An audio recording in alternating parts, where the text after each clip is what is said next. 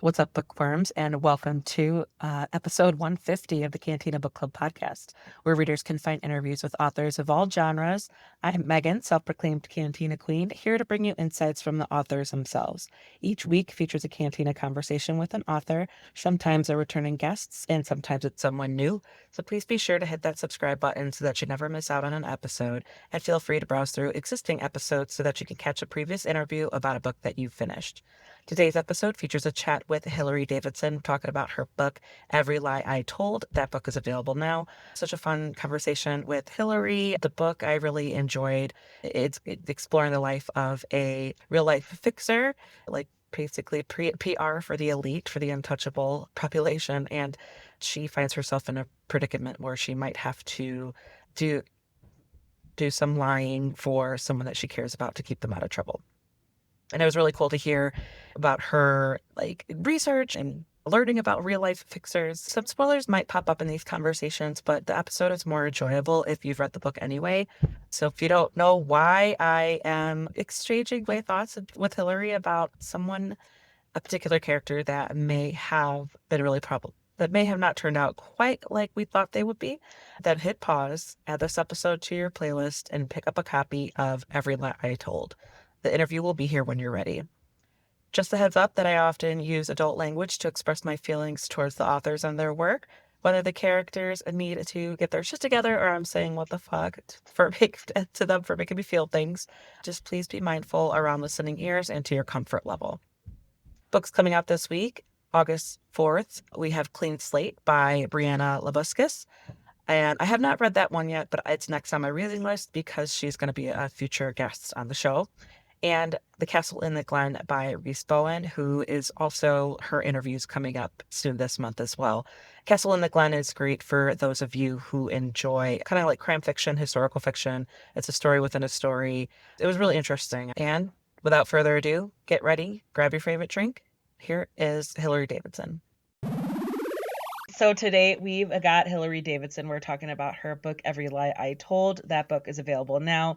Hilary, thank you so much for joining me today. Like we were mentioning earlier, I love a good domestic thriller, suspense, the storytelling. You're pulling us readers along. I was with Jackie. I was like, wait a second, we need to know what's going on. But then the readers get like, she's hiding something. And it was driving me nuts. Well done. I'm excited to dig a little bit deeper today. Thank you so much for having me. And it is so much fun, I've got to say, writing an unreliable narrator who she's telling you the story, but she's got her agenda too. So that was exciting. Absolutely. So to get started first, because I definitely want to explore all of that. So to get started, and then we could also be spoiler free or spoiler friendly, up to you. So I'll follow your lead, but can you give like a summary of the book so that people Yeah, listening can follow along? yeah, absolutely. And I can give this without giving any spoilers, but basically, the main character of Every Lie I Told, Jackie Swift, is a professional liar. And she works in sort of a shady area of PR where she helps criminals rehabilitate their reputations. She can throw dirt on your enemies for you. She's basically got a really great skill set at doing bad things. And when the book begins, she's actually preparing for a sort of a big promotion at work. But she gets a call from her sister late at night. Her sister's saying that she's at a party and that she's overdosed. And she needs Jackie to come over and basically bring the antidote with her, help her out. And Jackie loves her sister. It's the one person in the world she's really devoted to. So Jackie goes running over to the house, only to discover her sister isn't there. There's no party, and the house is basically empty except for a man's dead body. And Jackie knows the dead man. This is someone that she used to work for. She knows him really well. She knows all his crimes and things that have been covered up. And so from the very start of the book, Jackie's got a pretty good sense of what's going on. She knows who's been killed. She basically knows who done it because her sister lured her over there. But she's determined to keep her sister out of trouble. And so Jackie's way of handling this is basically to treat it like a criminal that she's working for, where clearly she's going to lie to the police and she's going to cover up for her sister. And she knows that she can't cover up the cell phone records and the texts and things like that. So she knows that she's got to spin a pretty sophisticated story. And so basically, you've got this tension in the book between Jackie, the professional liar, her sister, who really believes in justice, and the two of them wrangling almost out of how to handle these issues. So that's where the book begins. God, I love that because the more we're in Jackie's head, but then when the more she interacts with people, the more like people out of her life and still in her life, we learn more about her. I feel like you did that really where she's like searching for clues, but then the reader kind of gets more clues about her because through their interactions with her, because you could tell like some people are like, what the fuck do you want? Like, what do you Yeah. get? And then other people are like, they know what she does. Yeah. They're kind of like, I don't want to be rude to you, but like they got to be careful about how they talk to her. And so that was so fun. That was Exactly. so interesting. I don't think I've ever read a book where the main character, whatever POV it is, right? Like first versus third, and where they already know, and it's like the reader can safely assume we know that her sister's involved in one way or the Right. other. Yeah. Even as we continue getting clues, we know that she's involved, but it's like Exactly. the when and the who else and the where, and we kind of see the where, but it's like the still the where, like it's still like wait, It's what, still you know what I mean? Like, strange. yeah. Yeah, like everything at the scene is messed up. And so there's this sort of part of it, I think. So there's multiple angles. And to be honest, I actually started writing this book in the third person. And I got Okay, maybe 10 I or want to 12 know how chapters like in. that process went, like what made you Yeah. change it, and Oh, yeah, man. how much It work that was took, like. Yeah, honestly, it was mostly because I kept thinking of all the secrets that Jackie is holding, because there's this whole history that she wants to hide from the reader. She's very good at presenting herself and very good at maintaining a certain image. And so I thought that I was going to need to keep this distance from the reader. Just if I wrote it in the third person, it would mean that you would see some of Jackie's thoughts, but not all of her thoughts. And therefore, I could keep this distance and keep this act going. Mm, And I realized once I started writing it, I got maybe, I think it was something like 12 chapters in. And I remember just thinking, this is not working, because the reader knows that Jackie is lying to them. They understand, like they can see the deception.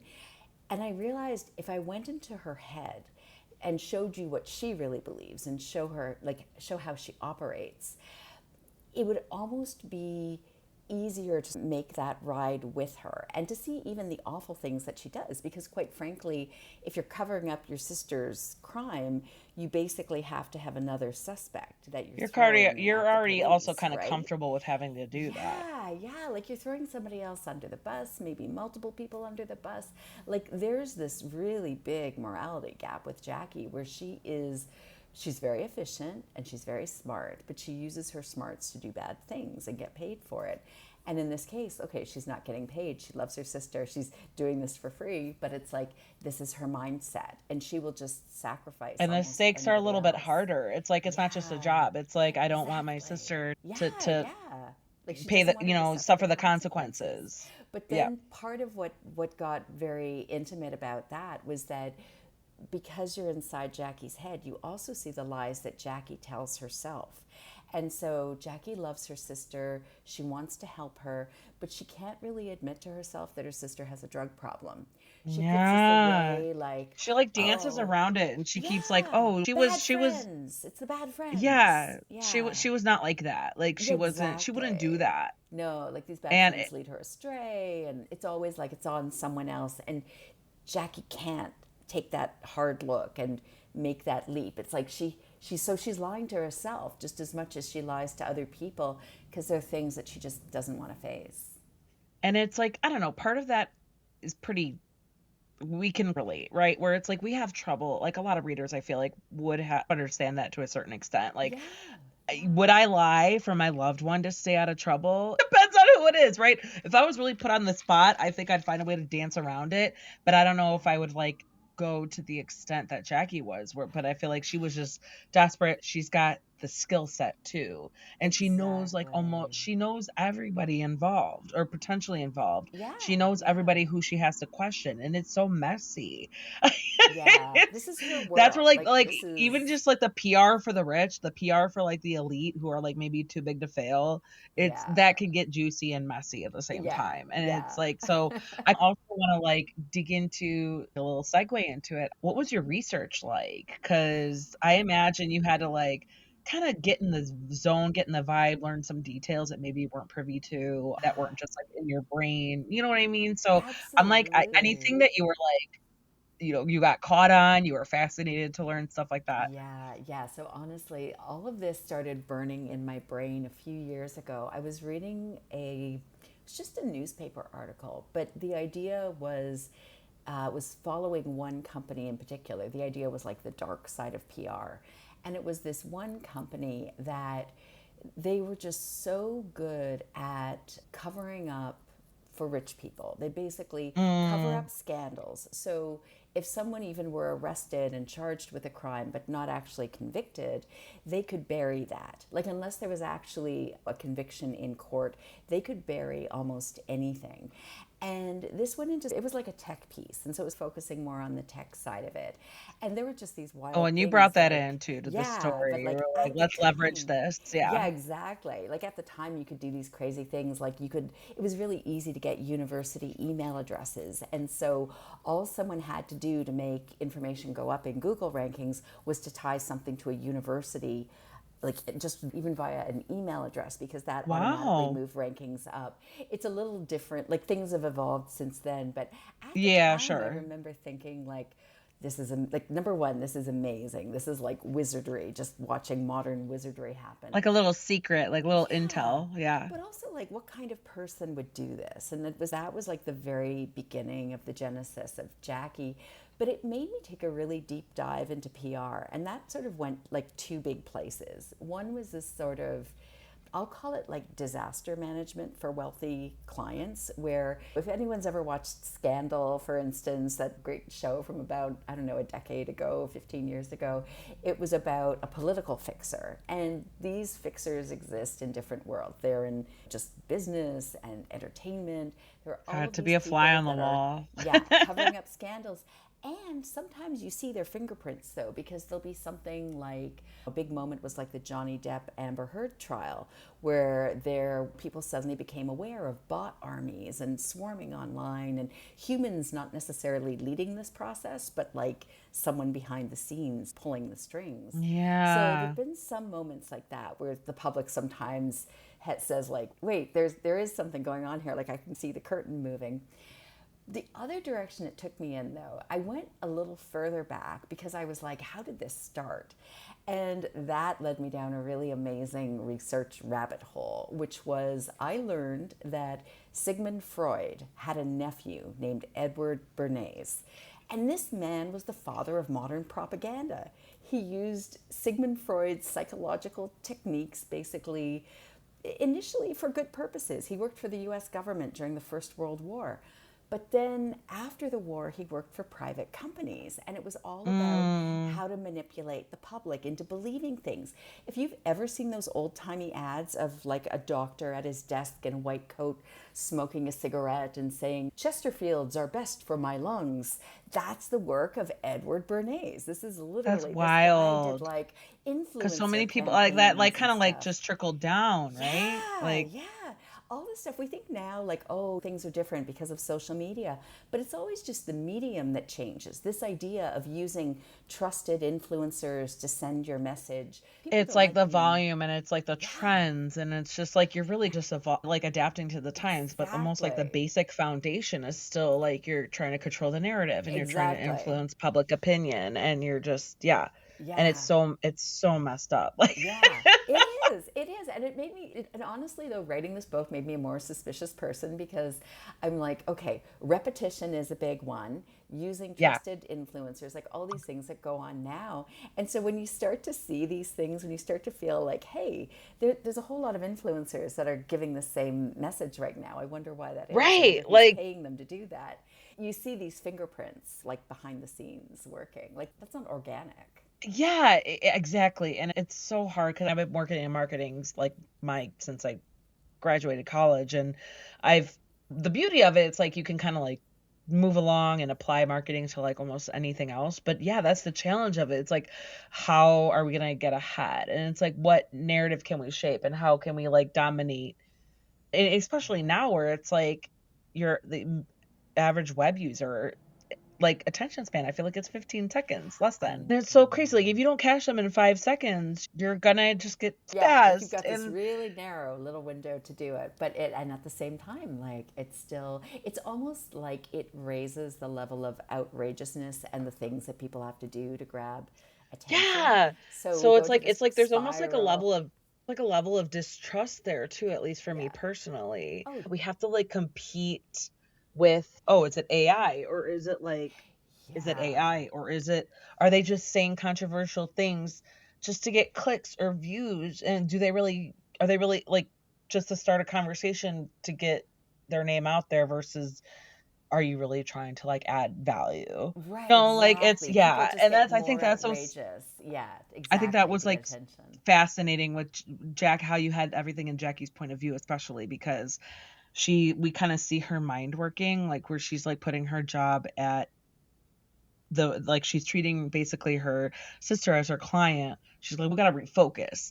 We gotta like, but she's also gotta find out the truth to refocus everything. And then the more she learns, the more she's like, oh shit, like maybe I didn't know everything, or maybe I'm up against Yeah. more than I thought I was, See, right? this is the Like, big thing where, like, she thinks that she knows more than she does. Like, she does know these certain facts. She knows her sister's involved. She knows her sister was there. Her sister even left, like, her sister reads tarot cards, and she left one of the tarot cards that she designed at the site, which, sure, someone else could do, but later there's a okay, so that handwritten was confession. her on purpose because I was like, Yeah, I don't yeah. know if I was like just still trying to connect all these dots, and I was like, at the end of the book, and I was like, wait a second, what about the tarot card? I know. The So just to irony of it clarify, is because like, even yeah. like, yeah, because even The like, sister I wants don't know. to claim, like this. It's why the sister writes the handwritten confession. She is And then not she said, oh, ashamed of hand what it she over. did. Yeah, she's like, she wants to take credit. She doesn't want anyone else to be blamed for the crime. And her attitude is, this is a man who committed terrible crimes. There are at least two women who are dead because of him, if not more. He's responsible for doing so many terrible things to so many women. And so she doesn't feel bad about what she's done. And Jackie at first, I think, is thinking of it more like, I need to find out who knows what, like who could incriminate Yeah, her, how do I protect her? And especially then as, because yes, her sister's like, I'm you should be looking at yourself too. She's like, right, because she I know what you knows did too.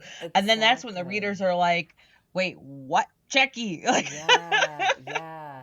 Like, it's without getting into spoilers. I've already said up front, Jackie has covered up so many crimes, and she's been involved with some really bad people, and she knows a lot of things that she's covering up. Like, this is someone who's enabled a lot of really bad people. And then you look at what she's done herself, and it's like, to get ahead, like, yeah. what have you been willing to do? So her hands are not clean in any But even it's way. like, even like the big thing, or at least my impression was like, she wasn't just trying to get ahead. She was like salty. She was like, Yeah, and I don't want to get into without giving too much spoilers. Like, away, I don't she want to was, get yeah, into, yeah, but she was a little, she had a reason. yeah, yeah. Like, I don't. And I totally felt for her, but at the same time, I was like, I think I might want you in my corner, but I wouldn't want to be at the receiving end of Right. whatever. Yeah. I'm You'd like, want I to would hire trust her, her. Yeah. but I don't know if Yeah. you'd want to hang out with her. Like, you wouldn't, Yeah. on a professional basis. It's like, okay, if Yes. I've got you on retainer and you're working for me, I think that would be a perfectly good I want to be on your relationship. good side. I would not want to hang out with you. Like, that I was the don't funny know. thing Yeah. with writing this character too, where there's so many points in the book where it's like, it's almost like knowing a person, a relative, almost a friend who's driving you crazy because she so obviously chooses to do bad things and wrong things. Yeah. And there's so many moments where I'm like, don't do that. Like no, No, that's I feel going like too far. if you don't, yeah, I trust me, you hit the nail on the head. I know I have that person in my life, and it's just like it's exhausting. But Yeah. and also I kind of want to joke, like, if you don't have that person in your life, you are that person, right? You either But have maybe one or not. you It's are okay. It's one. okay. Yeah. Yeah. It's true. It's funny because this is my eighth novel, and I did Oh, not start out. congrats. Keep going. Thank Get to you. double digits. But I Yeah. did not start out writing characters like this. My characters, it's funny, like early on, they're very earnest. They're good girls. They want to solve a crime for good reasons. They're not trying to spin things or anything. But I've also, for years, I've been writing short stories. And my short stories are usually a lot darker and they're about bad people doing bad things. And it's funny because for a long time I felt like I don't want to have a book length manuscript and be in this really like bad person's head the whole time. But I Mm. would say that over the years, my main characters have been getting more morally gray, I and think you that like kind of like as yeah, more experienced, you get a little like tiptoeing, right? Like yeah, you tiptoe a little yeah, bit and then you're like there's a certain appeal about it. Like I exactly. if there's any like female rage, no matter how unjustified, I will support.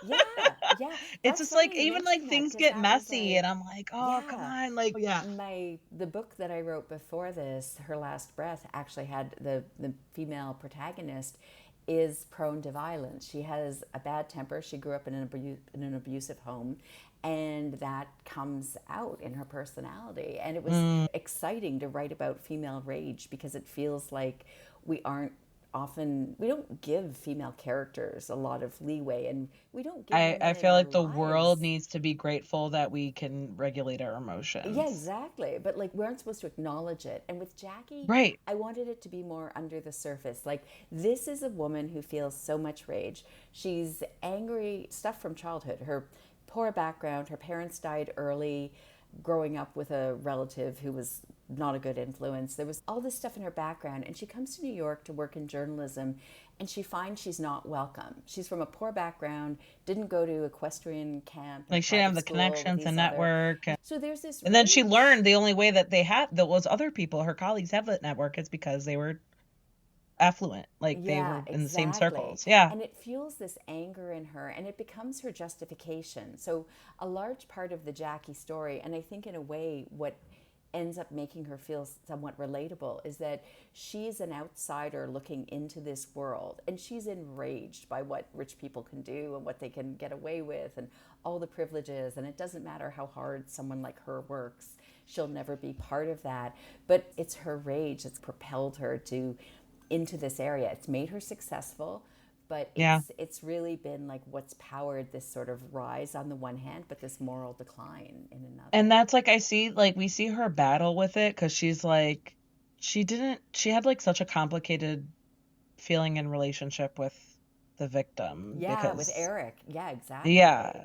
like, and Yeah. she's like, "I don't," like, she's battling with herself the whole book. That was She's so like, "Well, tough. I like, I don't know if I'm sad, like, and I'm not gonna say he didn't have it coming, but also, like, he gave me everything I have," and it's like, Yeah.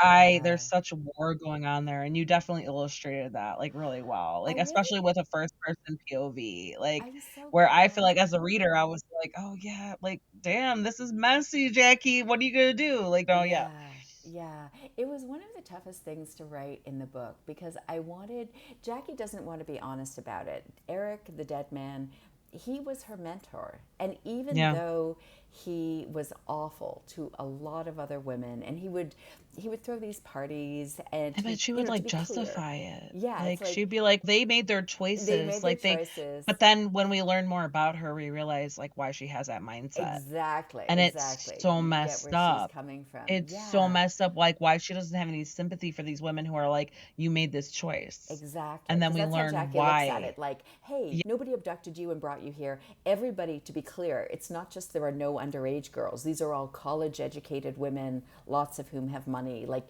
So Jackie's attitude is like, you're choosing to be here. You're choosing this. So yeah, she does not have sympathy for victims at all. But as you unpeel the onion that is Jackie, as you get under her skin and start understanding where she's coming from, you actually see the trauma that It sort of was she's really like once we learned experienced. the truth, Yeah. like, once, like, you reveal certain things, I was just like the onion started unpeeling. I was like, "Oh," Yeah. like it was like, Yeah. "Oh," I was like, "Okay, that now all of her mindset and her secret keeping and her point of view, like her perspective and her like kind of like, if for lack of better words, like victim blaming, right? Like Yeah, she was yeah, like she should have known better, or she put herself in that situation. It was like, oh, because, and I can edit this out, but it's like alluding to Jackie knowing that situation, and yeah, she did not necessarily have a choice, or she did not right. necessarily have that agency, right? Like, Yeah, so, and then once we yeah, kind of learned that, we're like, oh, at least for me, I was like, oh shit, like of course, like yeah. yeah, absolutely, Jackie, I you're mean, you are vindicated, validated, having that kind of point of view, right? Like we yeah. understand her a little bit better. I think it's because, like, in society, we often look at things as like matters of degree. And I think this is okay to talk about spoiler wise. It is a little bit of a spoiler, but there is some really horrific experiences Jackie went through as a teenager, as an underage girl. And so, from her perspective, she would have sympathy for, say, an underage girl who experiences violence, who's sexually abused. This would definitely be something she'd be sympathetic about. But for Jackie, looking at an adult woman who she thinks has agency and has the ability to say no, Jackie has no sympathy whatsoever. And so it was interesting because I'm like, she's such a hard, unsympathetic character, and people are really going to dislike her until they get to the point of understanding where she's coming from.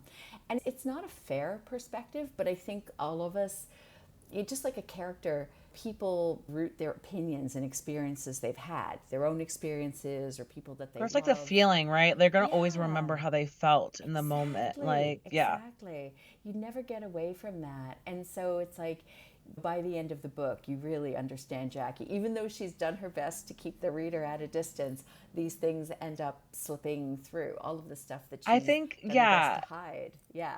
I think like I read enough where I'm like, and again, like I said, like I don't like dismiss problematic females, also like female characters. With Jackie, I think I just found her so fascinating. And I was like, oh my God, you're in this situation. Like, what are you gonna do? And then Yeah. we keep learning, and then we know like the underlying, like, you're hiding something. It is a big kind of factor element to everything you're trying to figure out or cover up. It's like your role in this, even if it was like 6 months ago, a year ago, whatever you're trying to uncover or cover up, you are, your secret is a part of it. She knows that, and she's like, oh fuck, like Yeah, she's and the this whole I don't want to get into. This is too spoilery, so I don't want to yeah. get into any of No, that that's because fine. that's That's yeah, fine. It's that's just too me being spoilery. like emoting. So Yeah, we'll move on to more questions, because otherwise I'll just get I kind of know. It's like that's a inadvertently path. get things out of you. Yeah. Okay, so let's see here. Oh, there's a bunch of like sensitive topics, themes, Sure. potentially trigger warning, content triggering stuff. So like, how did you navigate that, and like how did you like take care of yourself while kind of getting into it? Yeah, it's funny because or for me, when I'm writing the first draft of a book, there's often all of this really dark stuff that comes up, and I'm a seat of the pants writer. I'm not someone who plots in advance, and I often feel like I'm channeling something. I don't know exactly where things come from. Like sometimes I can point at something that, okay, I know somebody who experienced that, or I know something. But like Mm, when it comes together in a character and a story, I feel like I'm this medium. Like I'm just channeling this onto the page and I don't know where it's coming from. And it can be really hard to separate myself from it. I find that when I do first drafts, I tend to get really emotionally wrapped up with the characters, and it's almost like kind of a running joke between my husband and myself now, where he'll come home and I'll be furious about something and he'll be like, what's wrong? And I'll be like trying to explain that something in the book happened, and my husband will be like, so not real life. Like, no, oh my not real God. life, it's something in the book. That's um, so funny. yeah, I kind of joke about it because I've done some really silly things. Like I literally once went outside and on a sunny day and put up an umbrella, and it was because I had been writing this scene in the rain and was just like, wait, it's not actually raining. So sometimes it's really weird. Like the characters definitely, they are deep, like under my skin, and I'm like drawing this out. I find it to be very cathartic to write. So it's Yeah. actually a really positive experience because you end up like by the end of the manuscript, like understanding these people and understanding their stories Oh and where they're yeah. coming from. And I Like find, they're really like fleshed out. yeah, like a lot of strength in that, and like a lot of, it's almost like it helps you make sense of people and why people sometimes do crazy Oh, things and that's so wrong beautiful. things. It's, yeah, because you've gone on this journey with them, and it actually can explain all kinds of like the people in your life where it's like, why did you do Yeah. that? And it's like, humans aren't logical. We're very emotional beings, and there are all of these buttons As much as they deep in try to our be psyche. logical, is no, like Yeah, there is emotion playing into it at some yeah, point or yeah. another. Yeah. And so I It's often just human. feel, It's just human. yeah, You're gonna feel rage. You're gonna feel like exactly. disappointment. You're gonna feel sadness. You're gonna feel all these things, and it's like, how are you gonna act on it? Yeah. Yeah, It's like yeah, I'm raising two small humans, and I'm always evaluating that. You know what I mean? Like yeah, yeah. how Because you're I seeing this like, up okay, I close. understand what you're going through. I understand I would be upset too, but this is not how we handle it, kind of thing. You know what I Right. mean? Like, but it's like I imagine writing a book and like really getting into these characters and really fleshing them out, really like, okay, do you have a full profile? What's their favorite vegetable? What's their favorite color? How would they wash the dishes? What would they bring on a desert island? You have like, it's so random, but you have to like, those are some of the questions that I ask authors. Like, how Yeah, would you flesh out like a character that's like different gender, different generation, different background, different yeah, like age, like everything. And it's like a lot of that stuff you got to get in it. You got to get in there. exactly. And so that's why I appreciate and respect that struggle, right? Like Yeah, then when you yeah. find yourself into like, if you're writing a character with certain experiences, that's why I'm like, how do you take care of yourself? How do you navigate that? Because that's like fucking tricky, right? Like It is. you could get It's into it, and your husband's like, is it real or is it not? Because yeah, yeah. when I'm reading certain books, and my husband can see me kind of like lower the book down and kind of like stare off, and he's like, "What's going on? Are you okay?" And I'm like, "I'm not ready yet. I'm not ready to talk about it yet." Yeah. And I was like, "I'm like, there have been books where I'm like, I'm so pissed. Right. I reacted so much." And he's like, "I don't." He's like, "What's it about?" I'm like, "I'm not ready yet." He's like, "I feel like you need to talk about it." Like he just, so Yeah. like he's not really much of a reader. There's certain books that I got him onto. There's certain series that I got him hooked onto, and I'm like, we could talk about later, but that's kind of like he's the same caliber where he's like he kind of gets it even if he doesn't participate in it. He's like he Right. gets where I'm like, it's his emotion, you get into it so much. And so that's why I talk to authors like you. I'm like, what how do you navigate that? How do you figure it out, and how do you like keep yourself like safe? How do you take care of yourself? Like all that. Yeah, it's a good question because I feel like I don't know that I've mastered the art of that, even though I've been writing books for years and writing about fictional characters for years, because I will get really wrapped up in it sometimes. Yeah. And it's how do you make it real? I used to describe it as method writing, like reference to method acting, where people would sort of live through the process and bring Don't their you own go trying to experience to like it. cover up some celebrity wrongdoings. Like what? Yeah, yeah. But like this idea that you're experiencing the emotion, and whether or not it's your experience firsthand, you're so close to it that Yeah. you can't help but feel for it. And it's funny because like for me, the sort of the safety on that is having people that I talk to about this, and like people who are my reality check, because my Yeah. characters tend to be with me when I'm doing the first draft, especially. They're with me all day. It's like I could go to a restaurant They and I don't would leave you know what, alone. no, I would know what Jackie would want to order off the menu, and like, or I would go somewhere and I know what she would gravitate to, like I how love she that. would feel about something. It's like having this like friend who's tagging along for everything, because it's like with the first draft, while I'm figuring things out, it's in my head all the time. It's in my head when I go to sleep at night, it's in my head when I wake up. I tend to write the first drafts like pretty quickly because it's a really intense And experience, they and don't, after, the character or the story doesn't stop. It doesn't stop yeah. bothering you. So you're like, okay, I'm gonna get this out just so I can like find a little peace for a little bit. Because once the draft is done and I go back into it as a second draft, I've got some perspective on it. It's like then there's some emotional distance where I'm not living it with them, if that makes Yeah. sense. But in the first draft, I feel like I'm living it with them because I don't know what's going to happen either. Like, this is all like, That's so where did this funny. come from?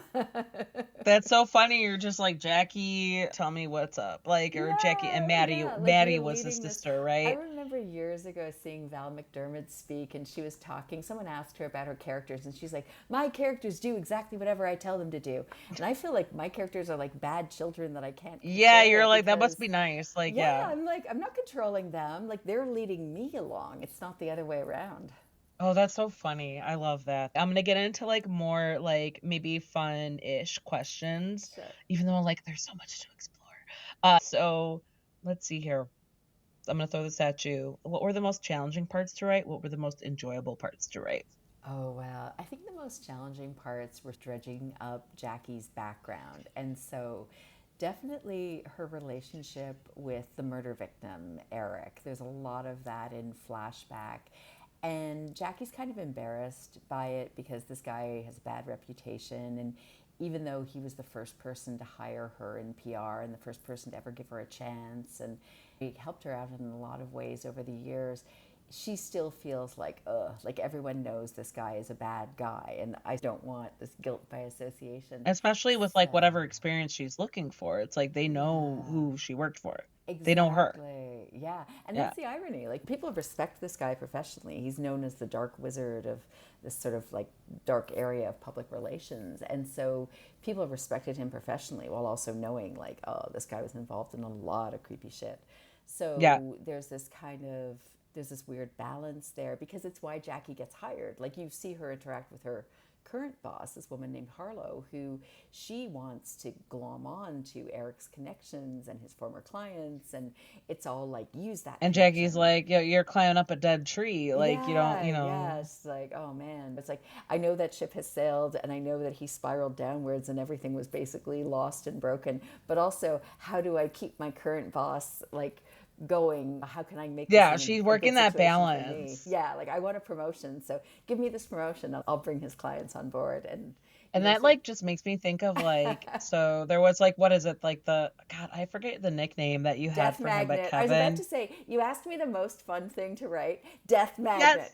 Yes. Anything involving Death Magnet was so much fun. I just totally went like He crazy was with so that one. mysterious. And then when you get Yeah. down to it, and then it was just like maybe without me, or I could cut this out too, but I was like, oh, at the end of the story, when I eventually like we found out or like what happened to him, I was Yeah.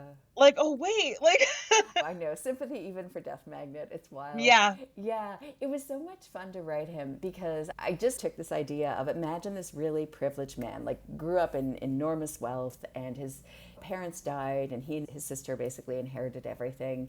And just imagine if there were some screw loose somewhere where women around him just keep dying. Because this guy, his sister dies, he's been married 3 times, he's never been divorced, his wives just go missing and aren't found, and he gets And then dragged even into Eric is court and like, never Jackie, do convicted. not ever find yourself alone with Right, him. exactly. Like he's a close friend, but he's also like looking Yeah. out for like it's also that evidence of him looking out for her, but also like what we need to know about Kevin.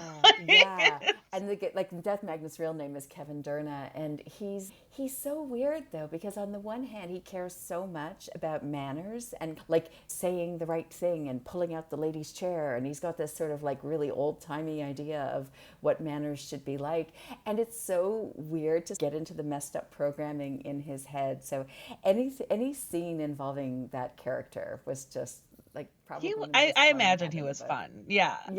I Yeah, guess I could yeah. kind of tell you were having a little fun with him because you were Yeah. like feeding us. Because I definitely want to know more about him. I was kind of weary about him, but then like Yeah, once yeah. we And you saw the should be. He's story, scary. He's a yeah, genuinely scary guy. Like he is it's because he's funny kind of because creepy. But like yeah. everything, you're kind of like on edge about him, right? And And you then should be. like I think that's a great place to be. Like as a writer, you want your readers to feel familiar, but at the same time never get totally comfortable. There should always be this feeling of like things could go sideways at any I second. know I'm trying to think like, oh, if I was in a room with him, maybe I might try to be his friend, or maybe I would be like, I don't know, not give him any attention at all, because he was so like, oh, like why aren't you eating enough? Like, Yeah. and then he was like, he like felt the satisfaction that you're eating because I asked you, because I told you to, Yes, yeah. because I was looking out for you. You're listening to me. I was looking out for you, and now you're eating more. And it was like, that part of me, the fucked up part of me, was like, okay, Kevin, I guess I see where you're coming Yeah. from. And then it was like, I don't know, like I don't. You made him such like a multidimensional character, even though he doesn't spend that much time on the page. Like, Yeah, yeah, in the whole scheme of exactly. things. And I loved what you did with him in the last, like, the climax. I loved it. Oh, thank you. So anyway, next fun question. So let's see.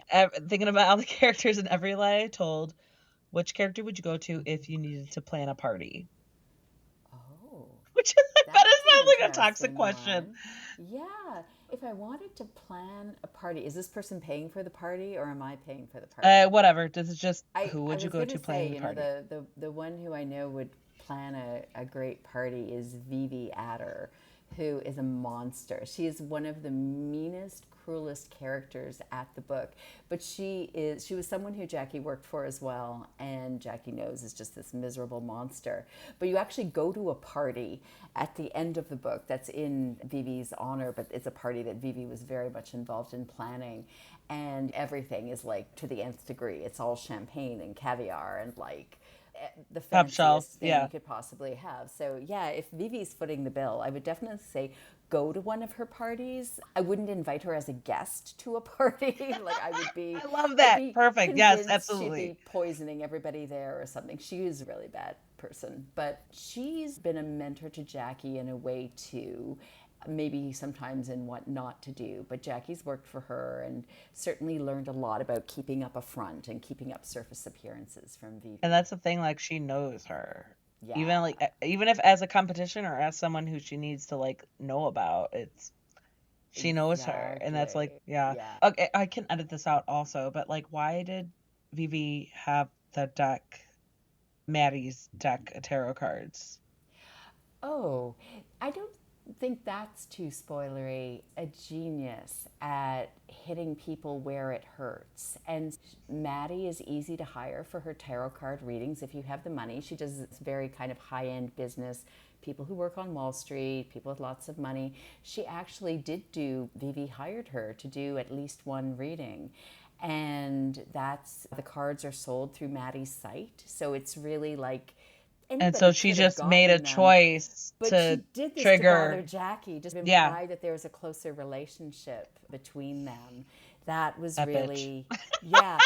Vivi just wanted to hurt Jackie and make it seem like your sister like hates you for the things that you've done and the people you've worked with and like, So then, yeah, so she knew yeah, all that. yeah. Yeah. So that was really, Vivi's really toying with Jackie with a lot of And that that. was a way to really hit it Yeah, where it hurt. yeah, Because I yeah. feel like that's where Jackie was like, she doesn't want her sister to know everything. Yeah, Like, and also she wants to protect her sister. Like the idea of Vivi is probably the worst person that Jackie knows, and the idea that Jackie's sister would be maybe hanging out with her or spending time with her. Jackie doesn't really know the extent of the relationship, so she of course thinks the worst and it scares her. Like, how is this horrible person, what's she telling my sister, what's she doing to my sister? Like yeah. there's a protectiveness that kicks in there too, Oh, because absolutely. she knows Vivi has hurt so many people.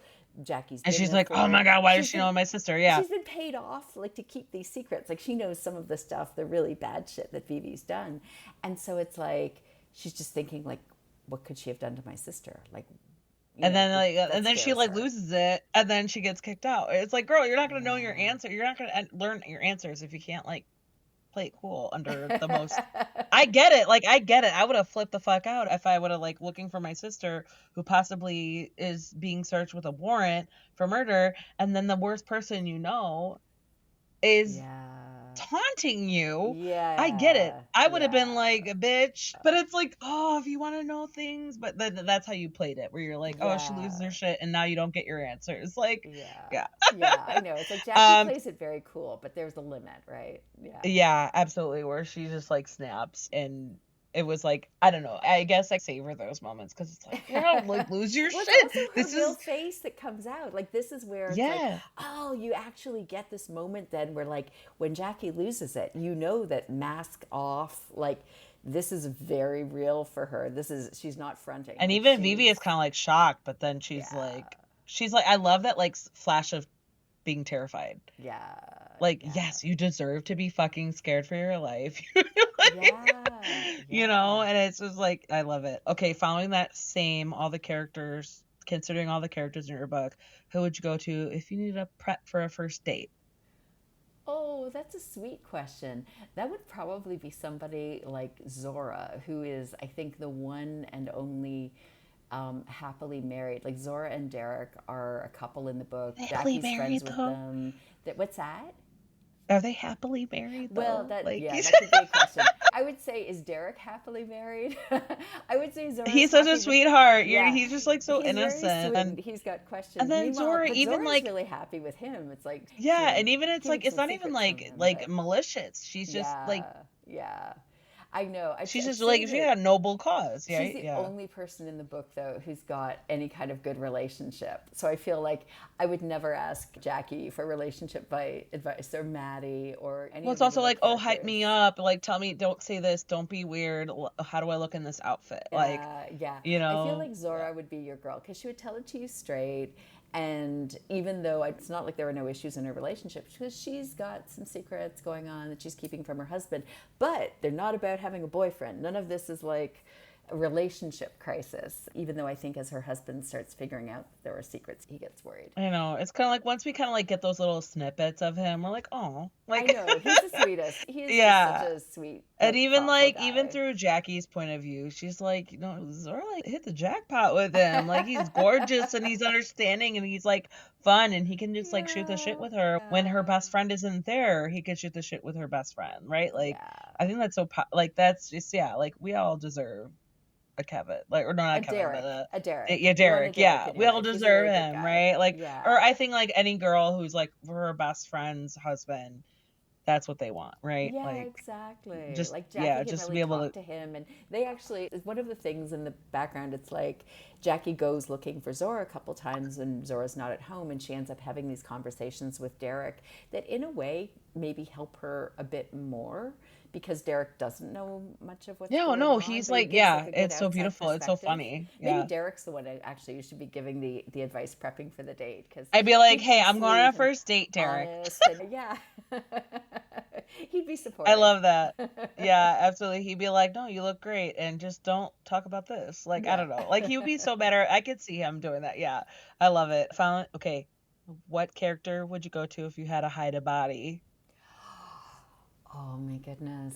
So now, if I needed to hide a body, Jackie would not be helping me out. I'm not family. I don't have money to pay her for this. So Jackie would be out.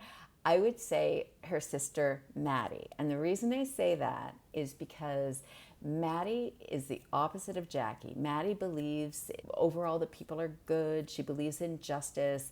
And it upsets her so much that there are people who get away with these things and maybe they go to court and they pay their way out of it and don't end up getting convicted, and that's put Maddie over the edge.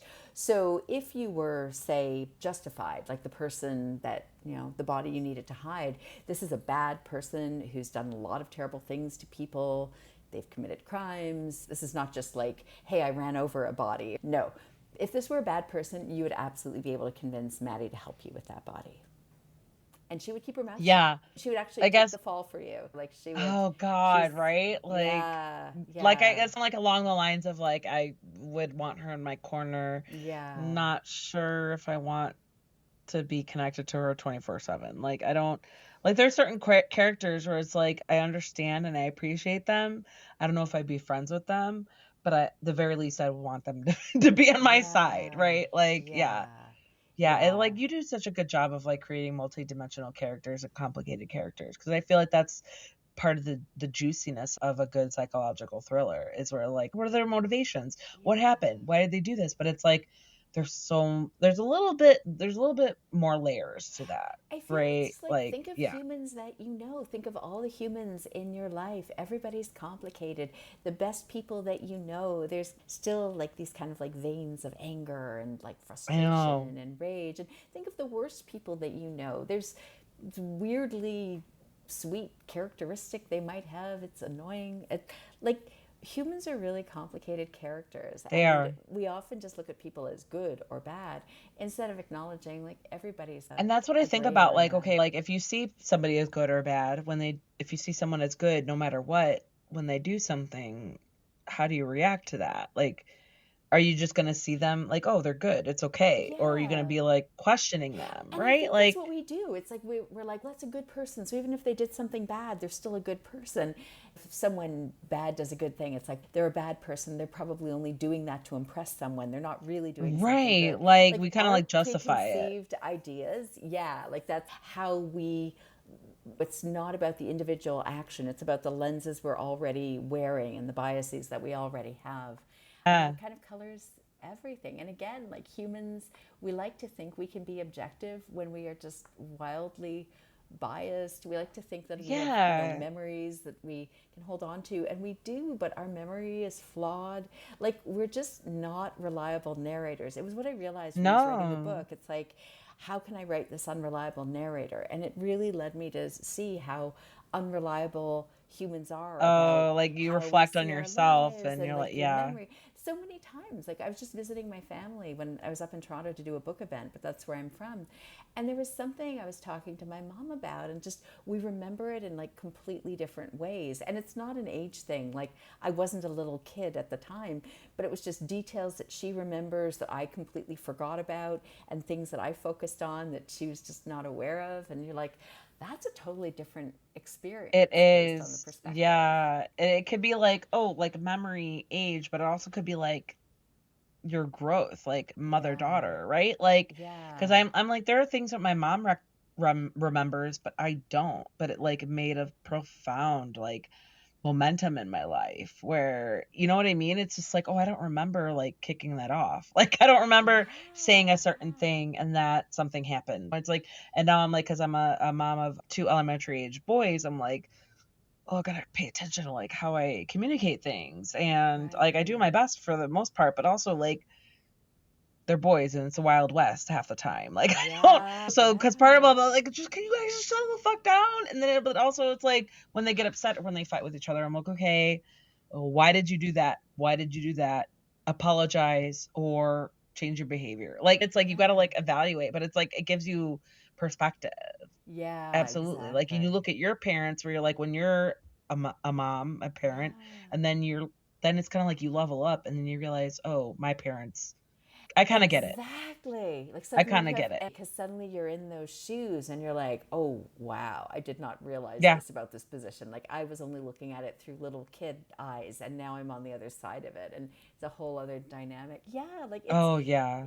humans are just, and I think it's better if we own this. Like, fundamentally, we're unreliable because we remember certain things and don't remember others. We care about certain people's feelings, don't care about others. It's hardwired into us, and you just have And it's to. so crazy how even those like altered or selected memories even still shape They how we shape who look at the you world. are. Exactly.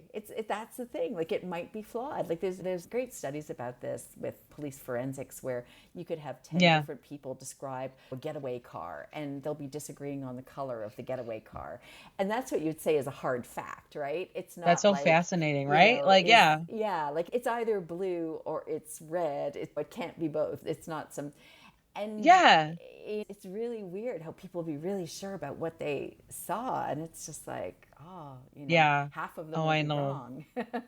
It's so crazy. I know. Like we could go on about the human brain if we really let it Yeah. we let it ride. There's a lot to talk Um about there. I'm gonna ask you this first before I go on to this question. Are you familiar with like hot wings or hot ones, like the hot wings challenge? No, not.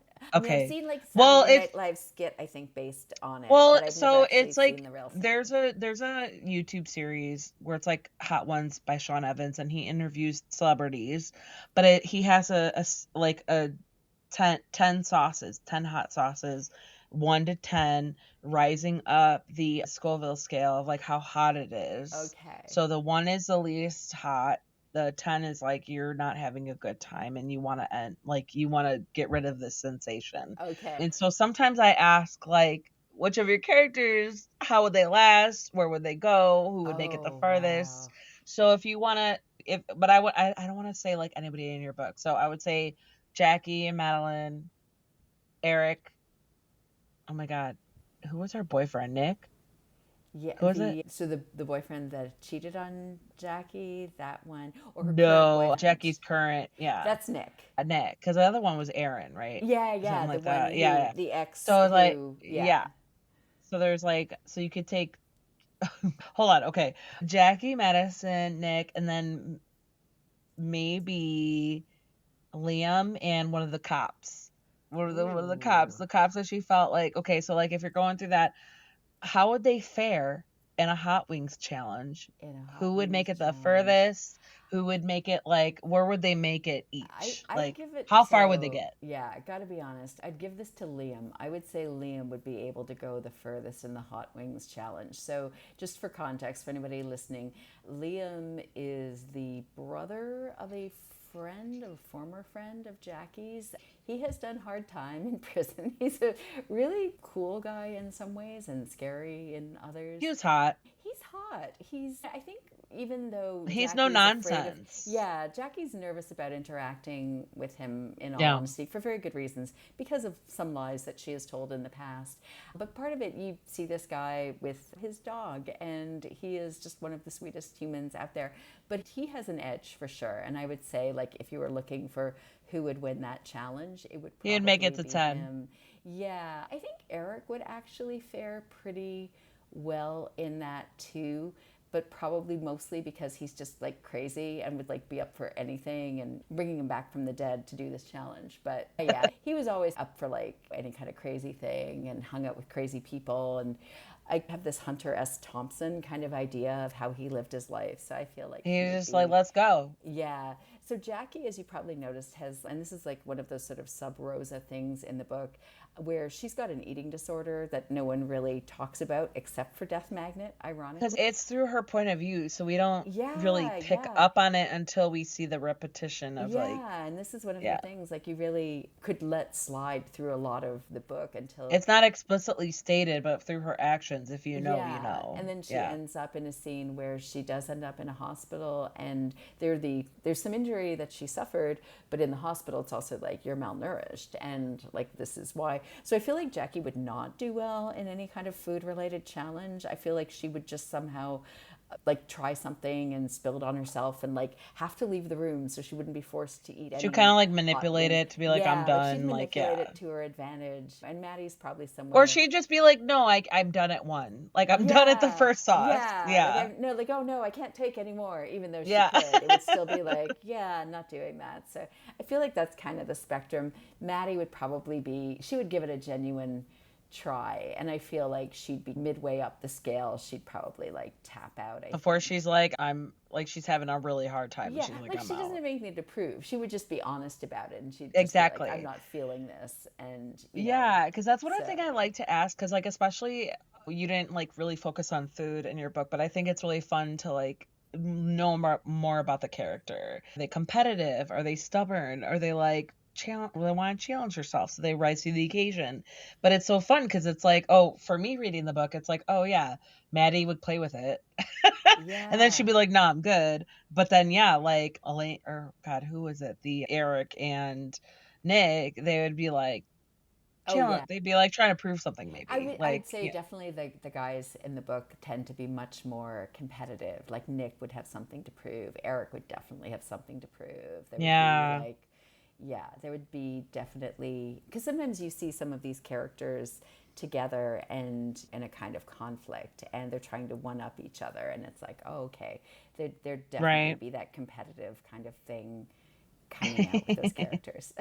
Right? It's like, yeah, but I love that you like put them in this situation. It's like such like a mundane, like contemporary situation, but like hot wings challenge. Yeah, yeah. It's so funny because I've never seen it, but I remember Saturday Night Live did a skit with Beyonce doing the Hot Wings challenge, Oh, and it was okay. hilarious. So my frame of reference is like a jokey skit about it, but I Yes, feel well, like it that's probably perfect though. Like lends that's itself to fine that because anyway, right? if you ever look at like if you ever even like background noise, sometimes I'll put it on as background noise if I'm like doing something else or just like, oh, we don't know Yeah, what to watch. Let's watch a celebrity eat hot wings and have a horrible time answering questions. Like, it's hilarious because you'll see like Bad Bunny, or you see like Lupita Nyong'o, or you'll see like Tom Holland, and like they all have different reactions. Like they're because Sean Evans, he's a great interviewer where he's trying to ask questions, and they're just like having such a hard time because they're going through hell. They're sweating, and they're like their mouth is on fire, and then they're like, "What, you want to know about this movie I did Oh, 14 years ago?" Like, what? wow. Yeah. So I recommend it. I think you should That's just like search hilarious. on YouTube and Yeah. like be like Hot Ones Sean Evans. It's really so Okay. like I don't know. I feel like it's just a fun question to ask. Like, Yeah. how would your characters fare? Yeah. How would they fare in that sort of wild, uncomfortable situation? Just a couple more questions before we wrap up. Okay. All right. Let's see. Between Jackie, Maddie, God, what was that? Davina? Oh, yeah. Between those Davina. Sure. Between those, we didn't really talk about her, but between Yeah. Yeah. those Jackie's three, nemesis, Jackie's rival at work. Yeah. what advice would you give to the three of them? Or you could do Oh. individually or group advice. Oh, wow. Let's see. I feel like some of the same advice would apply for sure for Jackie and Davina, and just for anyone who's listening to this. So imagine that you are forced to work with your absolute nemesis. So Jackie and Davina are both really smart people working in PR. They're both from poor backgrounds. Like they actually have a lot of similarities, which is probably part of the reason they drive each other absolutely crazy. There's this sort of sense of, it's like Highlander, there can be only one. And it's like they really want to like destroy the other one. That's really part of their rivalry. And I just feel like if those two could just sort out their relationship, they would be so much more powerful working It'd be a together. force to Like, reckon can with. you imagine if the two of them started a company together instead of constantly trying to kick the legs Uns out from the other person? Unstoppable. If Yeah, they they could, would because be. obviously they both respect each other. Yeah, yeah. Oh, absolutely. There's Like, respect there, yeah, but just or at like, least by the end, right? Like they yeah, respect. Yeah, yeah. Maybe not at the beginning, but it's like yeah. always they do this mean girl thing to each other where they're constantly sniping and looking to cut each other down, and it's like I would just kind of knock their heads together and be like, "Do you two have any idea how you could change the world if the two of you were actually Right. working And I together?" feel like that's like like an undercut or like messaging of like subliminal messaging of like women in general. Like we're Yeah. pit Oh, against yeah. each It other. definitely was. There Well, was God, really if all of deliberate. us like pool together, we could take over the fucking world. Yeah, there And was such a deliberate thing because women are always pitted against each other. There's always this sense that, like, oh, there can only be one woman who we will hear in this situation and won't pay attention to anyone else. So, ladies fight for this position of being, yeah, and it's yeah, like, it's so oh, stupid. that drives me crazy. So, I felt like, yeah, these two characters, Because I they feel like were, women are like we get along and we work so well together. yeah, Like obviously when, there's personalities that can't, but sure. seriously, like I feel like once women are like, okay, we have a problem, we could find a Yeah, but solution. like stop having this artificial competition. And I know their boss is encouraging it, and I know like there are these other factors, but it's like stop, take a breath, realize you're better off working together than separately. So that would be for the two of them. For Maddie, it would be really different because I feel like with Maddie, they, she's actually like some people that I know where it's hard for Mm, them to enjoy themselves when someone is suffering. So they tend to take on the problems of the world themselves. They feel like if someone's unhappy, it's up to them to fix it. And they yeah, kind of yeah. like they take on too much and too much responsibility for other people's feelings because they're empathetic and they feel so badly for other They can't people. help it. Yeah, but it led Maddie into a really dark place where Uh, she has insomnia and She's so she willing self to medicates and she's she's like, willing to like do things. yeah, Yeah. she's willing to do things to try to make the world better, and that also leads her to a dark place. And it's like, I want Maddie to learn a little bit of distance, like learn some self care.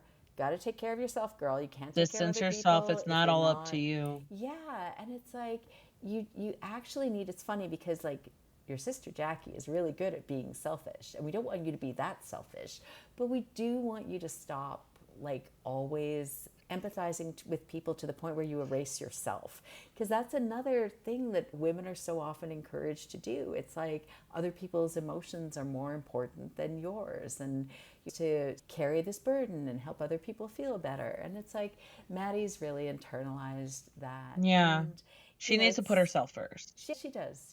Maddie definitely Like needs to what you work on say, like about self-care. like women, we're just like conditioned to not put ourselves first. Right. And It's the hardest thing for women to, yeah. especially like you're a mom. It's like if you're a mom, you're like, oh, my kids always have to come first. Like all these other people have to come first. And And you it's can't like, help it. You can like yeah, your intuition yeah, is like, wait, check on the kids or what, like you hear any sort of raised voice. yeah, And I'm like, knock it off. Like I'm like, what is yeah. going on? Even if I'm like trying to like today I was working from home and my usually they're off like at summer camp, but today they could not be. There was other situations where they couldn't be. So I had them, and then my husband was having his guy time, which I agreed to, right? And but like the 8-year-old, he's fine. You give him like some screen time, he's fine. The 5-year-old, he gets bored with it really quickly. And so he's coming in with me, Mom, can you draw this? Mom, can you cut this out? Mom, can you like look in this box? Oh, And I'm like, I don't want to discourage him. But it's yeah, like at the same time, I'm like, yeah, honey, I am on the clock. I'm yeah, working. I am yeah, working. Like I'm not, but I'm a sucker, and I fulfill his whatever he wants. But and that's fine. It's fine. But I just want him, like it's hard. It's yeah, hard. It's like yeah, that's why I sympathize with that 100%. Where it's like I want to yeah. like be a boss ass bitch, but also I'm like I still have like the little tiny kernel of being aware of what they need and what they want, and like they're pretty good Exactly. right now. I'm so surprised that like this whole time they I have not know been. they've actually been like amazing, like because I know, and they've I'm not like, been and at their I've own been kind of rights. like peeking on them a little bit through the camera, and Oh, they're just like what they're just watching TV or they haven't actually yeah. looped the camera so they can commit crimes or something while you're doing this. No, This is no, no, great. no, no. No, let me tell you, the older one, he broke his ankle like 8 weeks ago, and so that has been a Oh whole thing. So he's limited mobilities, no! but they still Oh fight. They still fight. No, it's like it's been a whole thing because it's like as an adult, you break something or like you sprain something, and you kind of just push through it. yeah, Sometimes, like maybe you get yeah. some care, but you kind of just push through it. But he was like, I felt like he was just so nervous that he was going to feel pain, so he just was not cooperating. He was like, I don't even Oh want to do what you're asking me to do to like step put weight on my foot, I'm gonna feel pain. That's kind of like how it was. So I looked up videos to like physical therapy, what exercises they can do, because my husband and I don't know shit, you know what I mean? We're yeah, just trying to like, yeah. no, you just gotta walk. Like you just gotta like step on your feet, you gotta put weight on it. But then I looked up some videos to where like to help him really do the exercises, and he really responded to that. And so Wow. it's been going, but it's like it's summer too, right? It's like Yeah, you're supposed to be at summer I camp. get You're supposed to be it. playing in the sprinklers in the Oh pool, and you're just like in your little ankle brace. Like, yeah, yeah. so yeah, it's been a Oh, bit much, but no, it's like that's I don't remember how hard. much of a tangent we got on about that, but yeah, it's no motherhood, sisterhood of the I motherhood. was, you know what it We're was? I dealing sort with of it. gave. Okay, so Hilary Davidson, are you working on anything that you could talk about? What's your next project? I am working. Yeah, so I am working on something new right now, completely unrelated. It's another standalone, and it's about a married couple in a really dysfunctional relationship. He is a professor and a writer, and his wife has basically given up most of her own career to help his. But at the same time, he's very popular with his students, especially his female students, and has Mm, had relationships on the side. And one of those students goes missing. trifling. So, yeah. Sorry, what was that? The I said trifling. Oh Like yeah, trifling. Oh, exactly. Yeah, it's trifling, man. No, trifling it's before it gets serious. Yes, like yeah, yeah. yeah. It's one of those situations where it's like if you'd zoomed in on this couple 5 years before, you'd say, yeah, there's a pattern here that's unhealthy and things are Yeah, going it's kind of like once you south. see And it, you can't unsee it. yeah, Like, yeah. yeah. So I'm writing about marriage for the next book. So I've done a lot about Oh, my sibling interest is relationships. peaked. Yeah. So this one will tackle marriage instead of the sort of, I'd say, the family relationships, the sibling relationships that Ooh, I've been doing for the last nice. couple books. So You don't have a yeah. title yet, or you're still No, working on no it? title. Title's the last thing that I come up with. It's frustrating to me. I always just have my books as book number 9. Like it's like I don't have a working title even. I don't know. I feel like No, there's it's something where it okay. It comes comes to you together when at it the comes to end. you. Yeah. Like Yeah. it's really weird where often I won't have a title and I'll go to bed like I need a title and I'll wake up thinking of the title. Like that's a messed up process, but that's actually my Hey, process. if it ain't broke, don't fix Yeah. it, right? Like, Yeah, exactly. just go with it. Just go accept it and go with it. Well, we haven't been talking about this whole time. It's Just true. accept It's a it, just go with mysterious it, right? process. I Yeah. know. Except it's a mysterious process and it's all good. Perfect. Hilary Davidson, where can we find you Yeah. online and on social media? Just if you were to type in hilarydavidson.com, that leads you to my website, which is if you want to know more about my books, if you want to sign up for my newsletter where there are giveaways and sometimes like sneak peeks at stuff that I'm working on and content that you won't see elsewhere, that's where you'd sign up. I'm on social media too, not as much as I used to be. Instagram would be the main place to find me there. Hilary Davidson Books, but there's links from my website. So if you literally just go to hilarydavidson.com, that sort of will lead you into other places, events, listings, and things like that. Perfect. Anything you need, Yeah. hilarydavidson.com. I love that. I love that. Hilary Davidson, Every Lie I Told. I recommend this to people who love a good thriller, psychological suspense, plenty of twists where I don't know. I'm the kind of reader where I don't really know what's going on until it's really leading up to it. But even for you professionals, amateur sleuths, it's a good read. You do it very well. And thank you so much for your answers, for giving me the little deets. And when and if you're ready to talk about your next title, feel free to come back. I'd love to Thank chat again. you. Thank you so much. This has been like such a fun conversation. And there you go. That was Hilary Davidson talking about her book, Every Lie I Told. That book is available now. Check out the show notes to see links where you can find Hillary online and on social media and where to purchase the book and my book review of Every Lie I Told.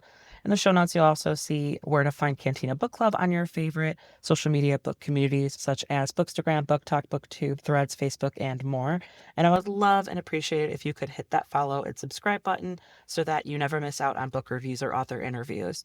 If you have any book loving friends who are looking to get more out of their reading lists, share Cantina Book Club with them so that they can find upcoming releases and interviews with authors. Another way to help this podcast is to head over to your favorite podcast player and give Cantina Book Club a rating and review. It helps me reach more potential listeners and fellow book lovers like you. And that goes for any podcast you listen to. It's one of the easiest things that you could do to help out. If you need book recommendations, you can reach out to me. I'm always excited to share my recent favorites. Or you can head over to cantinabookclub.com to read more in-depth book reviews of all types of genres. While you're at it, you could subscribe by entering your email on the website so that you could get reviews and interviews delivered directly to your inbox. If you want to support Cantina Book Club even more, you could donate by finding the form on the website, cantinabookclub.com. Whether it's a one-time donation or as little as $1 a month, I seriously appreciate the support and will share my appreciation by giving you a shout out on the show. And finally, one of the best ways to help authors promote their works is to head over to Amazon, Goodreads, Storygraphs, wherever you may rate your books or find new book recommendations. Give the title that you've read, an author that you like, a rating and review. It's free. It helps out as so much for the authors to get their work out there. Thanks so much for listening and see you next time. Cheers.